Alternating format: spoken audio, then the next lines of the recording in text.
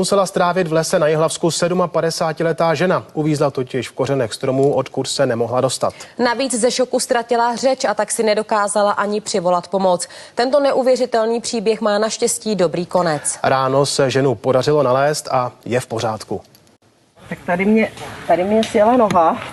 Tu jsem zapříčila tam do toho. Zdena Novotná v Řídilově na Jihlavsku je s kamarády na dovolené. Večer se jde jen tak projít, po pár metrech se ale vycházka mění v boj o holý život. Celé tělo má zaklíněné v kořenech stromu. Dostat se ven je nad její síly. Ta noha prostě, dokud se nedostanete, vytáhnout nejde. Je 50 metrů od chatky, 50 metrů od přátel a přesto strašně daleko. Kvůli leknutí nemůže vydat ani hlásku. Ubíhají minuty, pak celé hodiny. Paní Zdena je stále kořenovým vězněm. Marně ji hledají kamarádi.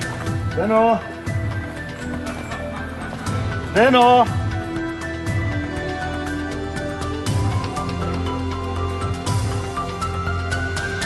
Ve tmě chodili pár metrů od ní, neviděli ji a ona se jim ozvat nedokázala. Bouchání do kořenu nebylo slyšet.